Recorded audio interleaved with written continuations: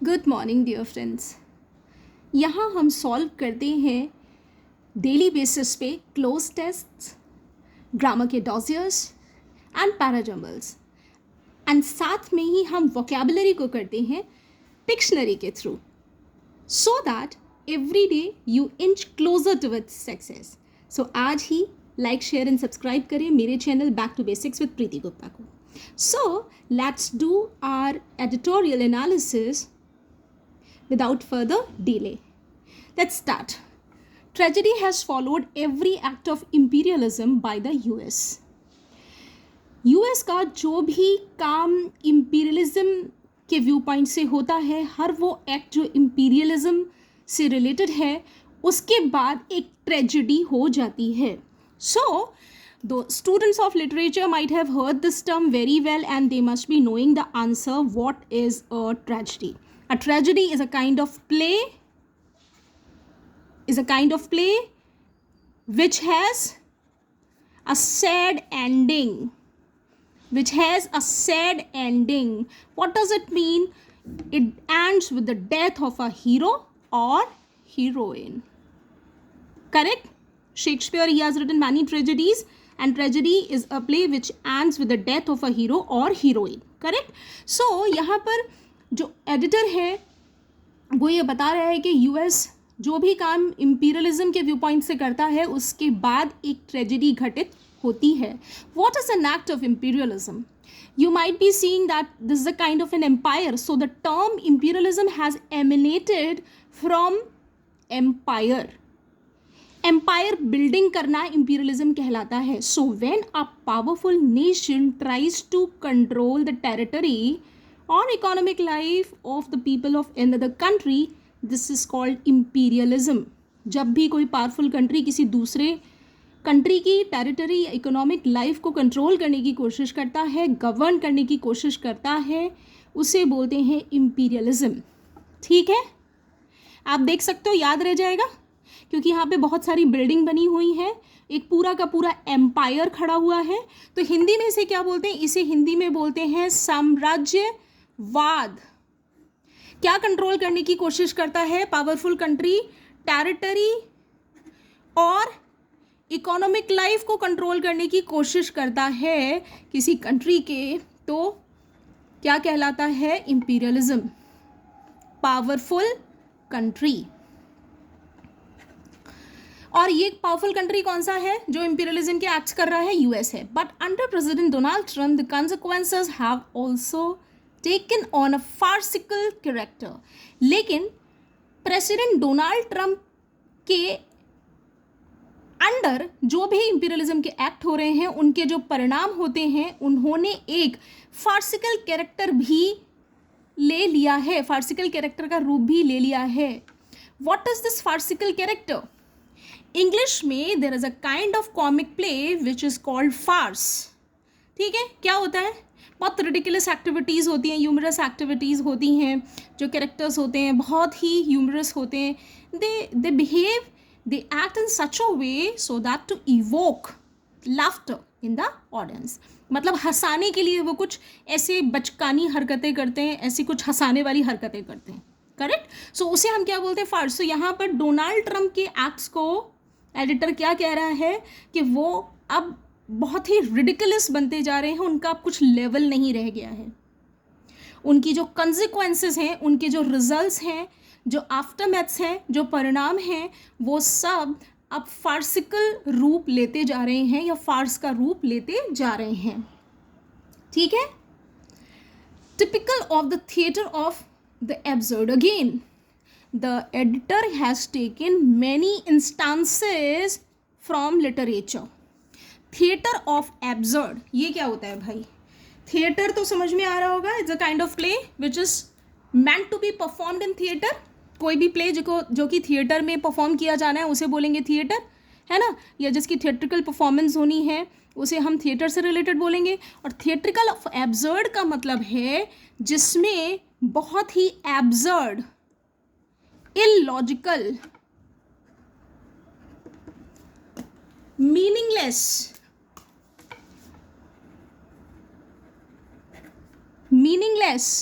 irrational, plot, character, हर चीज़ absurd है, इलॉजिकल है, मीनिंगलेस है, इरेशनल है, इसका कोई मतलब नहीं निकलता. So basically theatre of the absurd it came into vogue after World War II, and it was trying to focus upon the absurdity and meaninglessness of life. कि लाइफ बहुत irrational है, बहुत meaningless है, ठीक है, बहुत illogical है.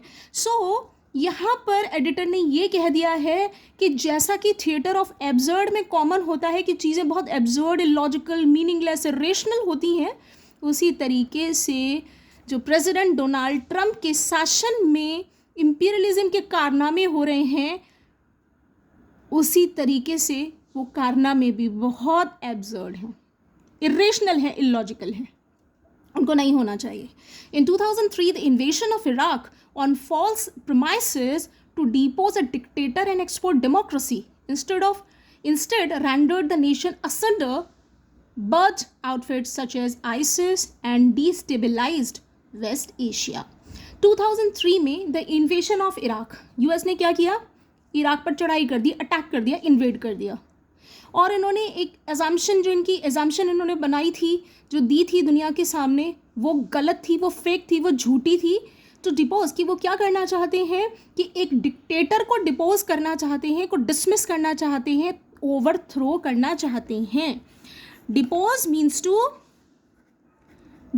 Means to overthrow, impeach and dismiss. उन्होंने एक फॉल्स एजम्पशन, प्रीमाइस का मतलब होता है अजम्पशन, ठीक है, बेसिस. प्रीमाइस का मतलब क्या होता है, अजम्पशन और बेसिस. उन्होंने एक बहुत गलत आधार ये बताया कि वो एक्चुअली एक डिक्टेटर को, एक डिक्टेटर कौन होता है, a person who is authoritarian, who exercises his authority, who is an autocrat, just like Hitler. Hitler के एग्जाम्पल, जब भी आप डिक्टेटर की बात करते हैं तो हिटलर का एग्जाम्पल देते हैं, तो वो क्या था, डिक्टेटर था. तो मतलब क्या था कि वो लोगों को अपनी लाइफ अपने तरीके से जीने नहीं देता था, वो सबको गवर्न करता था, सबको कंट्रोल करने की कोशिश करता था. So let's talk about the synonyms of dictator. So what are the synonyms of dictator? Autocrat, ठीक है, ऑटोक्रेट एंड अथॉरिटेरियन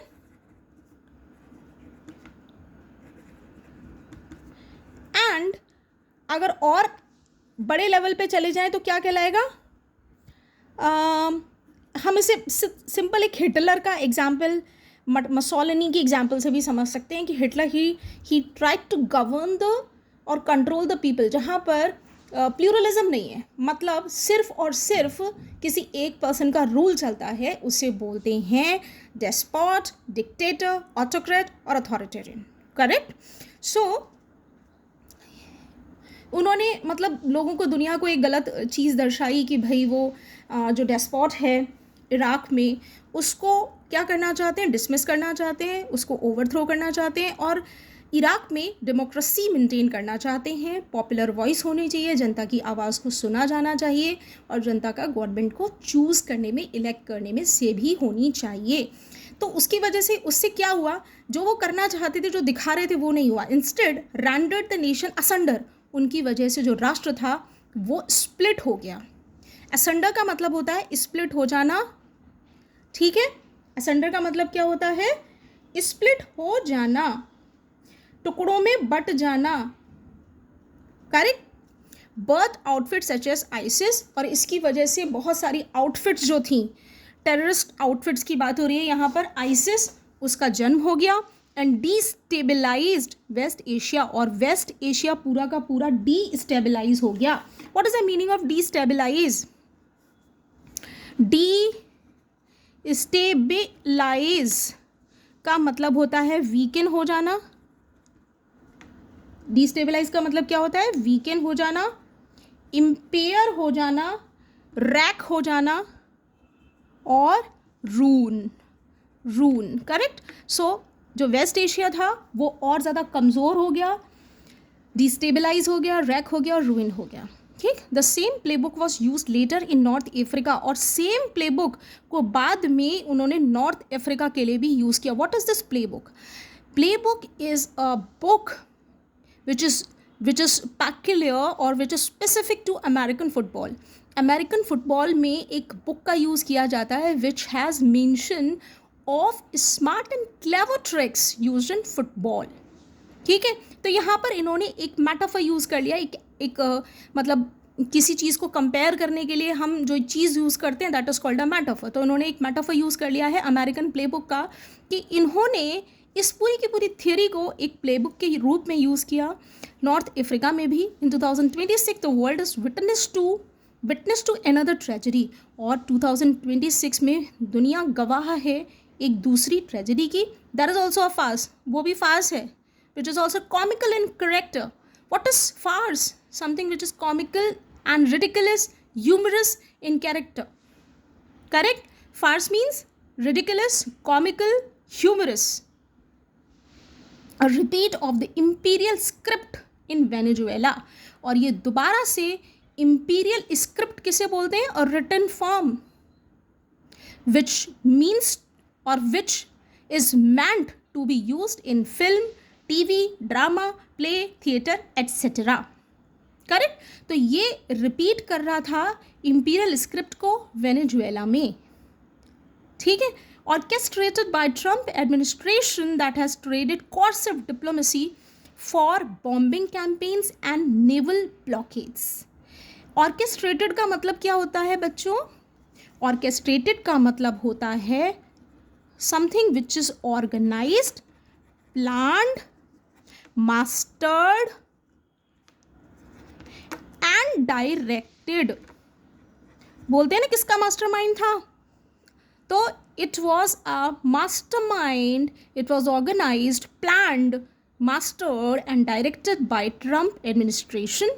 मतलब ये वेनेजुएला में बता रहे हैं कि वेनेजुएला में हाल ही में जो त्रासदी हुई है, जो ट्रेजेडी हुई है, दुर्घटना हुई है, वो भी इंपीरियलिज्म का ही एक स्क्रिप्ट है, और इसको प्लान किया ट्रम्प एडमिनिस्ट्रेशन ने. That has traded coercive diplomacy, जिन्होंने ट्रेडेड का मतलब यहाँ पर रिप्लेस कर लेना है. ट्रेडेड का मतलब यहाँ पर क्या है? रिप्लेस कर दिया. किसको? वॉलंटरी नेगोशिएशंस को. किसको रिप्लेस कर दिया? दो कंट्रीज़ के बीच में जो उनकी इच्छा से नेगोशिएशंस होती हैं. किस किस को लेके होती हैं भाई? ट्रेड को लेके होती हैं, पीस को लेके होती हैं, बॉर्डर सिक्योरिटी को लेके होती हैं, स्किल पावर को लेके होती हैं, है ना.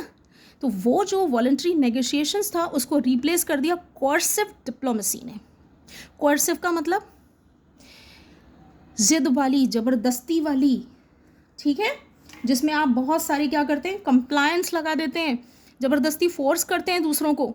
तो कोर्सिव डिप्लोमेसी ने रिप्लेस कर दिया. और ये डिप्लोमेसी, कोर्सिव डिप्लोमेसी क्या थी?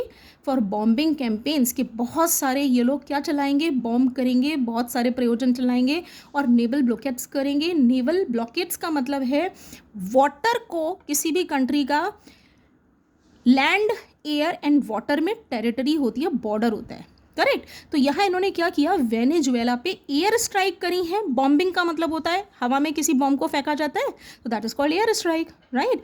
और नेवल ब्लॉकेट्स का मतलब हो गया पानी की सीमा को रोकना. You can see that this chain is blocking the way of the ship. तो similarly the US, it blocked the water territory of Venezuela. This is known as naval blockades. Correct? Now, the apprehension and forced exile of Venezuelan President Nicolas Maduro is a flagrant violation of international law. Apprehension का मतलब होता है what? Arrest. Arrest कर लेना, handcuffing कर लेना is called apprehension. तो दो आपको यहाँ पर वोकैब सिनोनिम्स मिल जाते हैं, arrest and seizure. And forced exile मतलब he was not willing to come out of his country, to go out of his country Venezuela, but he was driven out of his country using force by the US. And who is being talked about? The Venezuelan president Nicolas Maduro is being talked about. तो जो Venezuela के president Nicolas Maduro थे उनको ज़बरदस्ती arrest कर लिया गया, seize कर लिया गया और उनको उनके कंट्री से बाहर खदेड़ दिया गया, निकाल दिया गया। ये क्या है? एक फ्लैग्रेंट वायोलेशन है इंटरनेशनल लॉ की, और ये फ्लैग्रेंट का मतलब होता है ब्लेटेंट, ठीक है, ब्रेजन, शेमलेस, ब्रेजन, ब्लेटेंट और शेमलेस वायोलेशन है, ठीक है। वायोलेशन का मतलब क्या होता है? ट्रांसग्रेशन, नियमों का उल्लंघन, उनको तोड़ना, इंटरनेशनल लॉज का ब्रेजन ट्रांसग्रेशन है, ठीक है। एंड ऑल्सो फ्लाउट्स, और ये मजाक उड़ाता है, मॉक करता है किसका? Article 2 of the UN charter, UN charter के आर्टिकल 2 की भी ये मजाक उड़ाता है। क्या चीज़ मजाक उड़ाता है? कि वेनेजुएला के जो प्रेसिडेंट थे निकोलस माडुरो, उनको ज़बरदस्ती अरेस्ट कर लिया गया और उनके ही देश से उन्हें बाहर निकाल दिया गया। यहाँ इसकी बात हो रही है, ठीक है। By conducting interdictions of oil tankers and illegally killing civilians on the boats. किस तरीके से? इंटरडिक्शंस का मतलब होता है prohibition, prohibition and ban.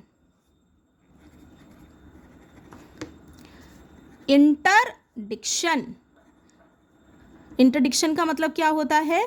Prohibition and ban.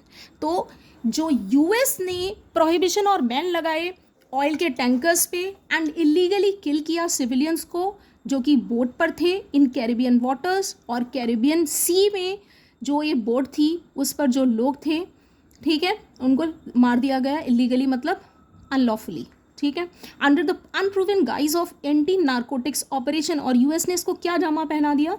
US ने इसको जामा पहना दिया कि ये लोग जो थे इस बोट पे नारकोटिक्स की ट्रैफिकिंग हो रही थी, नारकोटिक्स को एक जगह से दूसरी जगह पर ले जाया जा रहा था। तो यूएस ने तो एक्चुअली एंटी नारकोटिक ऑपरेशन किया है जिसको साबित नहीं कर पाए। इसको उन्होंने जामा पहना दिया लेकिन ये साबित नहीं हुआ है, ठीक। has bypassed the UN, the US has bypassed the UN Security Council to position itself as judge and executioner. US ने UN को, UN Security Council को bypass करके, ओवरलुक करके, नेग्लेक्ट करके, रिजेक्ट करके क्या किया है?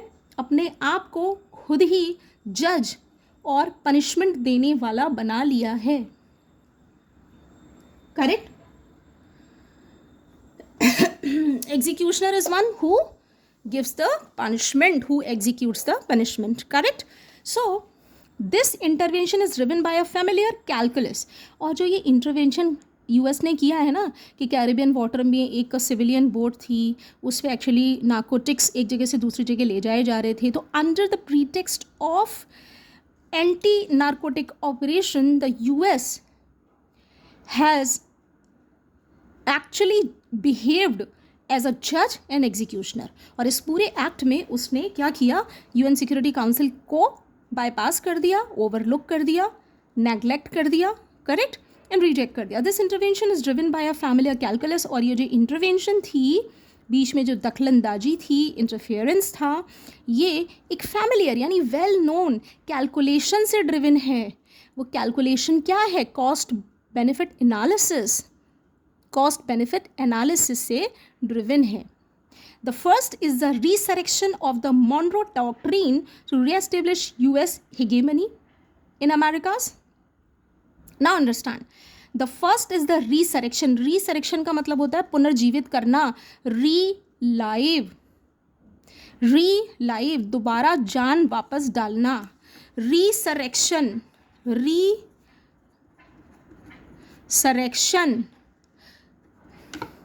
रीलाइव करना। Sorry, I am taking another pen, this is not working properly, ठीक है। तो दोबारा से इन्होंने इसको रीलाइव कर दिया, किसको? मॉनरो डॉक्ट्रिन को। टू रीएस्टेब्लिश, जिससे कि दोबारा से यूएस की हेगेमनी यानी अथॉरिटी कंट्रोल गवर्नमेंट पूरे अमेरिका में एस्टेब्लिश कर पाएँ. Now what is this Monroe doctrine? Monroe doctrine it says कि यूएस को पूरे अमेरिका को कंट्रोल कर लेना चाहिए. What is this Americas? America के बाद में भी एस लगा हुआ है. This means South America, Central America and Caribbean America. Caribbean part of, Caribbean किसे बोलते हैं? कैरिबियन सी के पास जो है, करेक्ट. तो यूएस को इस सबको कंट्रोल कर लेना चाहिए, ये कहती है मॉनरो डॉक्ट्रिन. अपने अंडर रखना चाहिए, अपने कंट्रोल में, अपनी गवर्नमेंट में रखना चाहिए. ठीक है. इस ये करके द फर्स्ट इस रीज़न बता रहे हैं कि यहाँ पर इन्होंने वेनेजुएला में जो भी किया या कैरिबियन वाटर में जो बोट थी उसको उन्होंने एंटी नारकोटिक ऑपरेशन का नाम क्यों दिया, उसको सीज करके इसके सिविलियंस को मार के. अब ना यहाँ पर रीज़न आ गया, देखो क्या है. टू रीएस्टेब्लिश यूएस की हेगेमनी, एक तो ये है the first is the resurrection of Monroe doctrine to reestablish US hegemony in the Americas. पहला तो ये है कि वो रीएस्टेब्लिश करना चाहते हैं मॉनरो डॉक्ट्रिन को, जिससे कि अमेरिका की या यूएस की हेगेमनी पूरे के पूरे अमेरिका पे दोबारा से रीएस्टेब्लिश हो जाए. Correct? And order that regimes such as Venezuela's sought to append through alternative alliances with Cuba. एक ऐसा ऑर्डर जो कि वेनेजुएला की गवर्नमेंट रिजीम यानी शासन ऑर्डर क्या कर रही थी? सॉट टू अपेंड, थॉट करने की कोशिश कर रही थी, अपसाइड डाउन टर्न करने की कोशिश कर रही थी, फेल करने की कोशिश कर रही थी, फॉइल करने की कोशिश कर रही थी. What is the meaning of upend? Upend का मतलब होता है to foil, to subvert, to थ्वाट. ठीक है. टू फेल, इन सबको अनसक्सेसफुल बनाने की कोशिश कर रही थी वेनेजुएला की गवर्नमेंट. कैसे? Through alternative alliances with Cuba. Cuba के साथ दूसरी अलायंस बनाकर, मतलब यूएस के साथ अलायंस नहीं बना रही है, क्यूबा के साथ अपनी फ्रेंडशिप बढ़ाकर, अपनी मित्रता बढ़ाकर कर रही है. ठीक है. और ऐसा करके वेनेजुएला की गवर्नमेंट क्या कर रही थी? इनके जो अटेम्प्ट था यूएस की हेगेमनी को एस्टेब्लिश करना पूरे अमेरिका पर. वेनेजुएला बेसिकली लैटिन अमेरिका में आता है. ठीक है. लैटिन अमेरिका एक बिगर कंसेप्ट है और वो साउथ अमेरिका, सेंट्रल अमेरिका और कैरिबियन अमेरिका, इन तीनों को मिलाकर हम लैटिन अमेरिका बोलते हैं. ठीक है. तो वेनेजुएला जो है वो इसी का पार्ट है लैटिन अमेरिका का. तो इसीलिए यहाँ पे जो टर्म यूज़ हुआ है अमेरिकाज यूज़ हुआ है, क्योंकि अमेरिका के 3 पार्ट्स को मिलाकर बना है.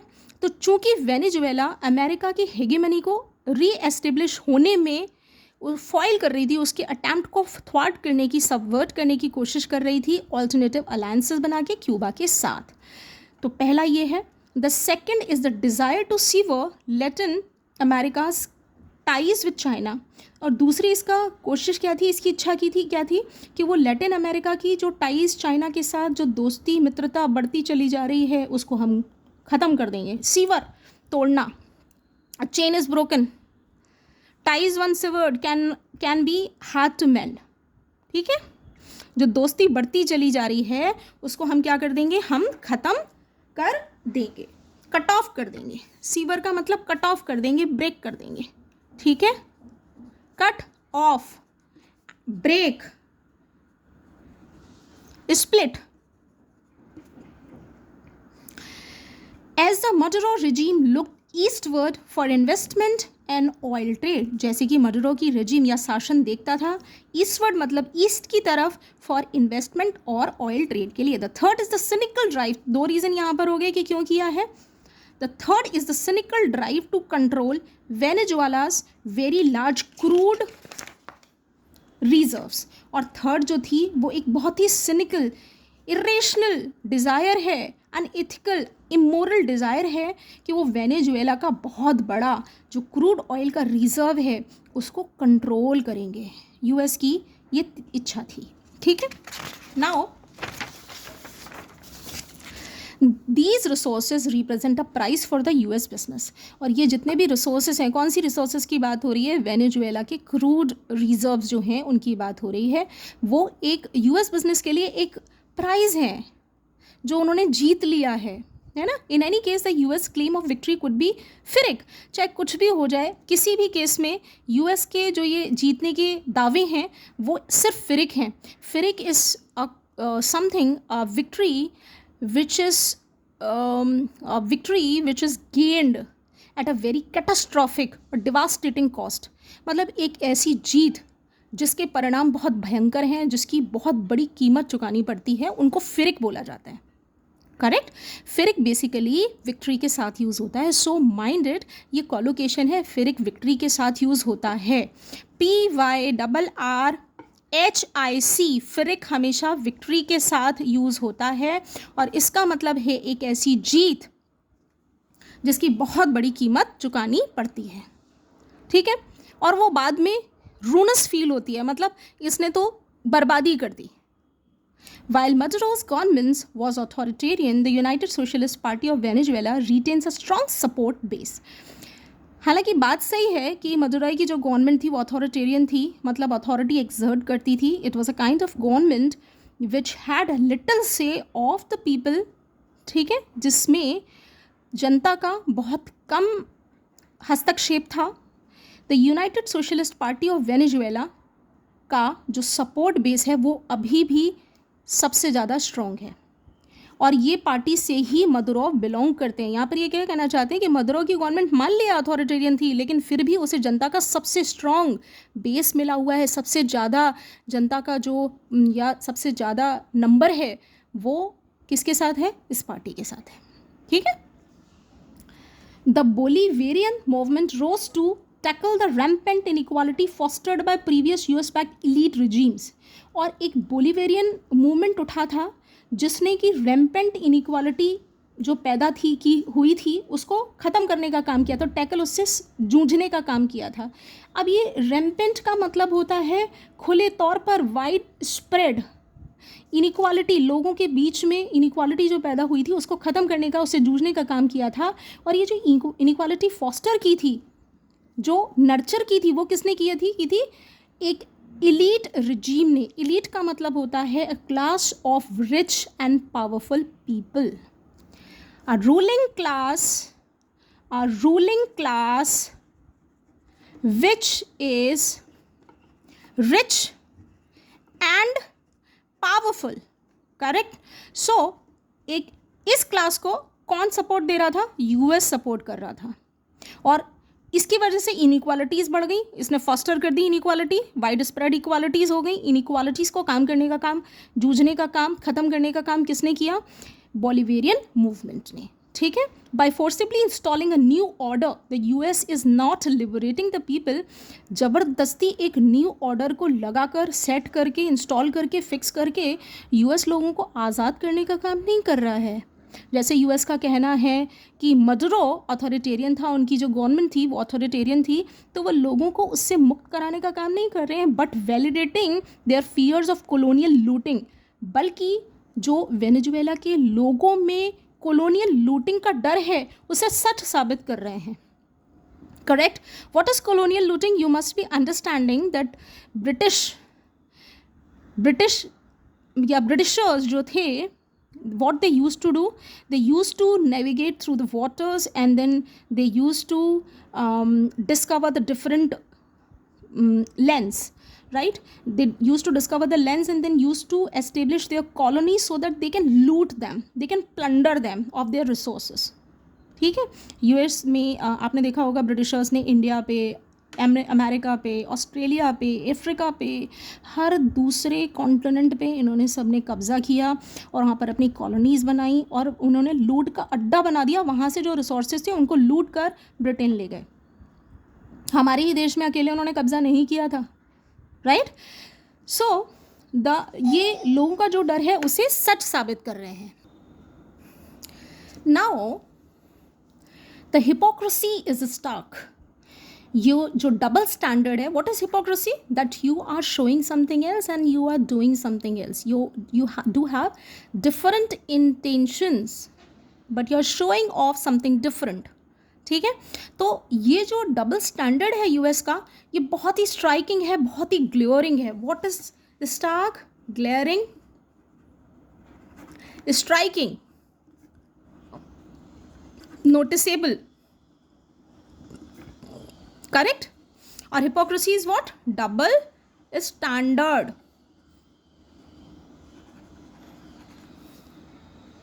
While the Trump administration justifies Maduro's removal by labeling him a cartel leader, जबकि जो ट्रम्प की एडमिनिस्ट्रेशन है वो अपनी मदुरई को हटाना वेनेजुएला से और उसको कार्टेल का लीडर घोषित करने वाले या लेबल करने वाली जो बातें हैं उनको जस्टिफाई यानी सही ठहरा रही है विदाउट पब्लिक एविडेंस, जबकि उसके पास कोई भी ऐसा सबूत नहीं है। It ordered the release of the narcotic trafficking convicted former leader of Honduras. इसने कि उसको फ्री कर दो, ये ऑर्डर जारी कर दिए हैं। नारकोटिक्स यानी ड्रग्स की ट्रैफिकिंग करने वाला जो अपराधी था हॉन्डुरास का पहला, यानी फॉर्मर का मतलब होता है जो प्रेजेंट में है उससे पहले वाला, प्रीवियस लीडर जुआन ऑरलैंडो हर्नांडेज की को फ्री करने के लिए आदेश जारी कर दिए हैं। और ये जुआन ऑरलैंडो हर्नांडेज जो थे ये नार्कोटिक ट्रैफिकिंग के मामले में दोषी पाए गए हैं, correct, and help facilitate the rise of pro Washington Nasry Asfura. और इन्होंने हॉन्डुरास में फैसिलिटेट किया है, रास्ता दिया है, ठीक है, किसको, वॉशिंगटन की आवाज़ में सुर मिलाने वाले नेस्री अस्फूरा को। The hope that a globalised interdependent world would yield a stable liberal order following the Cold War has been repeatedly belied by the actions of the US and Russia। और जो ये आशा थी, एक्सपेक्टेशन थी कि एक ग्लोबलाइज्ड इंटरडिपेंडेंट वर्ल्ड बनेगा, एक ऐसा वर्ल्ड जिसमें हर कोई एक दूसरे के ऊपर इंटरडिपेंडेंट होगा, मतलब मदद जाएगी भी और आएगी भी। ये hope world would yield a stable liberal order, कि ऐसा एक लिबरल का मतलब होता है मुक्त, जहाँ पर कंट्रोल एग्जिस्ट नहीं करते, ठीक है, जहाँ पे खुद की गवर्नमेंट होगी हर कंट्री के पास, और जहाँ पे कंट्रोल्स, सैंक्शंस, फोर्स, अथॉरिटी, ये सारी चीज़ें एग्जिस्ट नहीं करती, कोएर्शन एग्जिस्ट नहीं करता। ये पूरे दुनिया पे लागू हो जाएगा। इनको बार बार झूठा साबित किया जा रहा है, धोखा साबित किया जा रहा है यूएस और रशिया के एक्शंस के द्वारा, ठीक है। What is the meaning of belied? Are proven fake, are proven lies.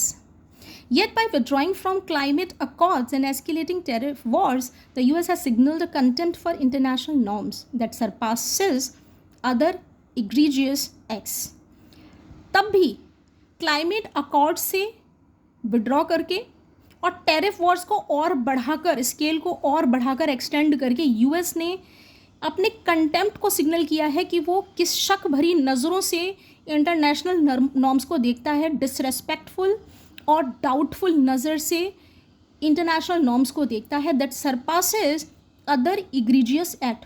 और इस यूएस के इस काम ने तो सरपास कर दिया है, cross the limit, it has gone beyond the limits of दूसरे इग्रीजियस यानी इमोरल एक्ट्स को, ठीक है। यानी इमोरल एक्ट्स उतने खतरनाक नहीं हैं, उतने बुरे नहीं हैं, जितना कि यूएस ने जो विड्रॉ कर लिया है इंटरनेशनल नॉर्म्स से, क्लाइमेट चेंज अग्रीमेंट्स से अपने आप को विड्रॉ कर लिया, या दूसरे इंटरनेशनल नॉर्म्स जो हैं कि भाई आप ऐसे किसी भी देश के राष्ट्रपति को एग्जाइल नहीं कर सकते, इन सब से अपने आप को, और खुद ही पनिशमेंट भी दे दिया उन्हें, खुद ही जज भी बन गए, इन सब से क्या कर लिया है आपने, विड्रॉ कर लिया है, ठीक है। तो ये बहुत खतरनाक है, बहुत ज़्यादा बुरा है इमोरल एक्ट्स के कंपैरिजन में।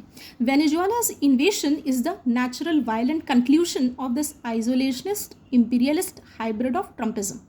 और वेनेजुएला का जो आक्रमण जो हुआ वो एक बहुत ही नेचुरल और एक वायलेंट कंक्लूजन है।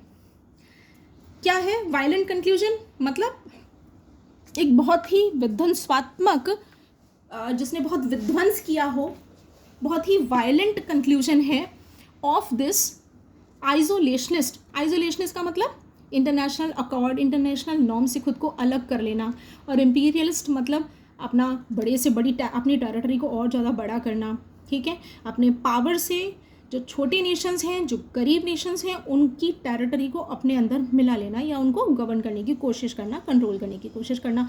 तो इन दोनों की हाइब्रिड मॉडल से जो एक नया मॉडल आया है वो ट्रम्पिज्म आया है। ठीक है, वेनेजुएला का जो इन्वेजन है बहुत नेचुरल है, violent conclusion of this isolationist imperialist hybrid of Trumpism. ठीक है, अब नया एक टर्म इन्होंने दे दिया, इन दोनों को मिलाकर क्या बनाया, ट्रम्पिज्म बनाया।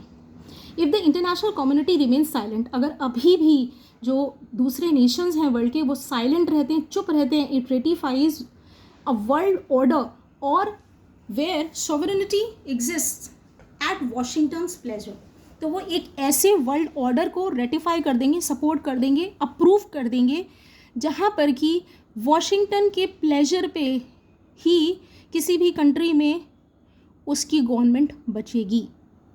ठीक है, sovereign nation is one which governs it's territories bye its own government, इसकी खुद की गवर्नमेंट ही इसकी टेरिटरीज को कंट्रोल और गवर्न करने का काम करती है। उस नेशन को हम क्या बोलते हैं, सोवरेन। करेक्ट। सो यहाँ पर ये कह रहे हैं कि अगर अभी भी इंटरनेशनल कम्युनिटी साइलेंट रही, चुप रही, तो ये वॉशिंगटन डीसी के इशारों पर या उसको जो पसंद है नापसंद है उसको अप्रूव कर देगी कि कौन सा देश सॉवरेन रहेगा और कौन सा नहीं रहेगा। Correct. So now begin to do the questions. What does the author imply by saying the hypocrisy is the stark? Author का क्या मतलब है जब वो कहता है कि हिपोक्रेसी या डबल स्टैंडर्ड है, बहुत स्ट्राइकिंग है। The US is secretly cooperating with Latin America. Cooperating की बात नहीं है, बल्कि वो तो एक डॉक्ट्रीन की बात कर रहे हैं, मोनरो डॉक्ट्रीन की, जो ये कहती है कि अमेरिका या यूएस को पूरे अमेरिकाज पे कंट्रोल करना चाहिए। तो कोऑपरेशन की बात तो कहीं है ही नहीं कि चुपचाप से लैटिन अमेरिका के साथ यूएस कोऑपरेट कर रहा है। नहीं कर रहा, क्योंकि वेनेजुएला ने क्यूबा का साथ दिया है। Correct. The US claims one motive but acts differently. तो स्टार्क का मतलब ही होता है डिफरेंस दिखा रहा है। ठीक है, hypocrisy is a stark, double standard are very striking. दो चीज़ों में अंतर जताना, दिखाना। तो द यूएस का जो क्लेम है कि मेरा मोटिव तो ये था कि मैं एंटी नार्कोटिक ऑपरेशन चला रहा था, लेकिन एक्चुअली इसका जो मोटिव है वो डिफरेंट है, एक्शन डिफरेंट है। और मोटिव क्या है कि वो वेनेजुएला को कंट्रोल और गवर्न करना चाहता है just because of its vast crude resources. So ये ऑप्शन सही लग रहा है। चलो let's read C and D also. The Latin American countries are unaware of US policies. Do we feel so? अब तो वर्ल्ड में सबको लगभग वेनेजुएला में जो हुआ उसके बाद सारे कंट्रीज़ को समझ में आने लगा है what is happening around the world. And editor ही वो भी बोल रहा है कि अब वर्ल्ड ने, अगर दुनिया की दूसरे जो कंट्रीज़ हैं वो अभी भी अगर चुप रहे, ठीक है, ऐसा नहीं है, क्योंकि क्यूबा और वेनेजुएला तो अच्छे से समझ रहे हैं, इसीलिए वो यूएस से दूर रहना चाहते हैं। The US strictly follows it's stated principles. नहीं, स्टार्क हिपोक्रेसी का मतलब ही है कि वो दिखा कुछ रहा है, कर कुछ रहा है, डबल स्टैंडर्ड है। So answer B will be correct, right. अपने आंसर्स देखते चलिएगा और जितने आंसर्स आपके करेक्ट हैं, do let me know. If you have any query, kindly let me know in the comment section, we will be solving them. Another thing is, very shortly we are coming live. Which of the following best explains interdiction of oil tankers? Interdiction यानी prohibition, ban. Oil tankers पे ban. कौन सा point सबसे अच्छे तरीके से explain कर रहा है? Legal inspection of ships with UN approval. ऐसा हुआ था, यूएन का अप्रूवल लिया था यूएस ने? नहीं, बल्कि यहाँ पर क्लियर कट लिखा हुआ है यूएन सिक्योरिटी काउंसिल को बाईपास करके यूएस खुद ही जज बन गया और एग्जीक्यूशनर बन गया। So this is not the right option. B, stopping ships forcibly sometimes unlawfully. Ships को ज़बरदस्ती से रोकना और कई बार अनलॉफुली रोकना, this seems to be correct, right. Now read C and D also. Facilitating trade for anti narcotic purposes? No, facilitate तो बिल्कुल नहीं कर रहा है। उसका तो ये कहना था कि वो एंटी नार्कोटिक ऑपरेशन चला रहा था, क्योंकि कार्टेल का जो लीडर था, कार्टेल का मतलब होता है सीक्रेटली किसी ग्रुप का काम करना किसी बिजनेस में, उस बिजनेस को बढ़ाने के लिए, ठीक है, और प्राइसेस को कंट्रोल करने के लिए। प्राइजेस सप्लाई को कंट्रोल करने के लिए। तो जो ये ड्रग का कार्टेल चला रहे थे, इसका जो लीडर था वो कौन था, वो मडुरो थे, उनका ये कहना है। So this is not the option. Offering protection to oil shipments, protection भी नहीं दे रहे उन्होंने, तो सिविलियन बोट को अटैक किया और कई सिविलियन की जान भी ले ली। तो this is also wrong. So the correct option is B, right. The phrase familiar calculus most likely refers to, familiar calculus का क्या मतलब है, हमने पढ़ा था ना फैमिलियर कैलकुलस क्या था, कि सबको पूरी दुनिया में फैमिलियर है, वेल नोन है। यहाँ पे एक क्वेश्चन आया भी था, उसमें भी हमने देखा था कि कंट्रीज़ को पता ही नहीं है कि क्या हो रहा है, अनअवेयर, ठीक है। तो इन्होंने फैमिलियर कैलकुलस का बोला ही ये है कि फैमिलियर कैलकुलस मतलब दुनिया में सबको पता है कि कॉस्ट बेनिफिट एनालिसिस करके बैठा हुआ है यूएस, उसकी कैलकुलेशंस हुई हैं। Most likely refers to mathematical calculations used in international trade, ठीक है, देख सकते हैं। Predictable strategy based on power and interest, एक प्रिडिक्टेबल स्ट्रेटजी है जो कि पावर और इंटरेस्ट पे बेस्ड है, ये भी हो सकता है। Third, moral reasoning guiding US foreign policy, एक मोरल रीजनिंग है जो कि यूएस की फॉरेन पॉलिसी को गाइड करने का काम कर रही है। मोरल गाइड तो कहीं नहीं इसमें दिया हुआ है, क्योंकि ये खुद ही बोल रहे हैं कि ये तो जो है वो किससे भी ज़्यादा ख़राब है। यहाँ पर उन्होंने एक वर्ड यूज़ किया था, एग्रीजियस एक्ट से भी ज़्यादा बुरी चीज़ यूएस ने करी है, ठीक है। तो ये तो बिल्कुल नहीं है।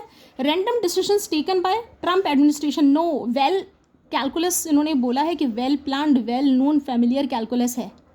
तो वेल प्लान जब कोई चीज़ है तो रैंडम तो हो ही नहीं सकती, तो ये दोनों ऑप्शंस तो गए। अब familiar calculus mathematical calculations used in international trade और predictable strategy based on power and interest. इसमें देखो ये इंटरनेशनल ट्रेड की तो यहाँ बात नहीं हो रही है। क्यों नहीं हो रही है? क्योंकि किसी को भी ज़बरदस्ती कोएर्सिवली बंदी बना लेना है ना, इंपीरियलिज्म की बात हो रही है, अथॉरिटेरियनिज्म की बात हो रही है कि किसी को आप बोल रहे हो कि वो अथॉरिटेरियन था इसलिए आपने वहाँ डेमोक्रेसी एक्सपोर्ट करने के लिए ऐसा किया। तो इंटरनेशनल ट्रेड में तो नेगोशिएशंस होते हैं, बायलैटरल नेगोशिएशंस होते हैं, ठीक है।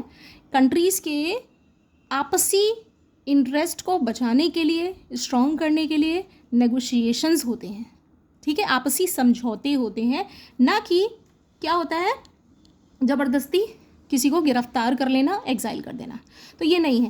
Predictable strategy based on power and interest, familiar का मतलब ही है वेल नोन, जिसको आप प्रिडिक्ट कर सकते हो, ठीक है। तो आंसर क्या होगा? और पावर और इंटरेस्ट की बात भी यहाँ पे हो गई। पावर किसके पास है? यूएस के पास है। वाटर में भी नेवल ब्लॉकेड कर दिया, बॉम्बिंग, एयर स्ट्राइक कर दी। इंटरेस्ट क्या था? ज़्यादा से ज़्यादा ऑयल के जो रिजर्व्स हैं वो यूएस को मिल जाए, ठीक। Next, according to the passage what is the motive behind US actions in Latin America? Motive क्या है? To promote democratic institutions, democracy की तो कुछ है ही नहीं यहाँ पे कहना। क्यों? क्योंकि ये मॉनरो प्रिंसिपल की बात कर रहे हैं, डॉक्ट्रिन की बात कर रहे हैं कि पूरे अमेरिका को यूएस को कंट्रोल कर लेना चाहिए। To restore dominance and limit China's influence, Latin America के टर्म में क्लियर कट दिया हुआ है कि अमेरिका का जो दूसरा पर्पस था वेनेजुएला में जो उसने किया, उसके पीछे वो क्या था? To sever ties of Latin America with China so that Venezuelan president he stops investing and trading oil to China. So this seems to be correct. Let's see CND also. To strengthen anti-narcotics operations, ना तो approval मिला है और ना वो strengthen कर रहे हैं, ठीक। To cooperate with regional governments, cooperation की कोई बात ही नहीं है यहाँ पे। तो यहाँ तो डोमिनेशन के और इंपीरियलिज्म की बात है, right. So B seems to be the right option. Question 5, the author's tone in the passage can be described as neutral and descriptive. Neutral नहीं है, ऑथर ने खुद ने ये चीज़ बोली है कि Russia and US are belying our hope for global liberalism, global stabilization, isn't it? So this is wrong. Sympathetic to US foreign policy? No, US का तो वो क्लियर कट बोल रहे हैं कि coercion diplomacy, coercive diplomacy से काम ले रहे हैं, correct. Critical and disapproving, yes critical and disapproving है, वो साफ बोल रहे हैं कि वर्ल्ड कम्युनिटी को now they should not remain silent any more, correct. So C is the answer. Optimism बिल्कुल नहीं है। What is the term isolationist imperialist hybrid of Trumpism indicate? ये दोनों टर्म का क्या अर्थ है, किस चीज़ की तरफ इशारा कर रही हैं? Withdrawal from world affair while using force to dominate, यही था।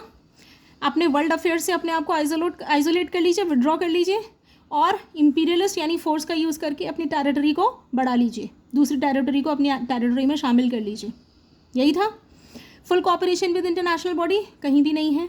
प्योरली इंपीरियलिस्ट फॉरेन पॉलिसी, ये भी नहीं है, क्योंकि यहाँ पे दो चीज़ों का हाइब्रिड है ट्रम्पिज्म। तो अकेले एक चीज़ की बात हो रही है, और ये भी अकेले एक चीज़ की बात हो रही है। अब चूंकि दो चीज़ का हाइब्रिड है, तो option A is the correct answer. 7. The Bolivarian movement is mention to highlight. Bolivarian movement क्या हाईलाइट कर रहा है यहाँ पर? US support for equality in Latin America? No, not at all. US hegemony की बात हो रही है कि कंट्रोल करो, ठीक। Resistance to inequality caused by US backed regimes, यही था, राइट। डायरेक्ट आंसर है, correct. So which phrase shows, यहाँ पे हम देख भी सकते हैं कि बोलिवेरियन मूवमेंट जो था वो क्यों चलाया था, क्योंकि वो चाहते थे कि यूएस बैक्ड गवर्नमेंट की वजह से, जो इलीट गवर्नमेंट थी उसकी वजह से इनइक्वालिटी बहुत ज़्यादा हो गई थी, तो बोलिवेरियन मूवमेंट आ गया था, ठीक है। You can see this Bolivarian movement rose to tackle the rampant inequality fostered by previous US-backed elite regimes. Correct? Next, which phrase shows that international norms were violated? कौन सी phrase ये show करती है that international norms को violate किया गया है? Familiar calculus, familiar calculus है। bypass the UN Security Council, यही है। इंटरनेशनल नॉर्म्स कौन से हैं, कौन बनाता है? यूएन की सिक्योरिटी काउंसिल।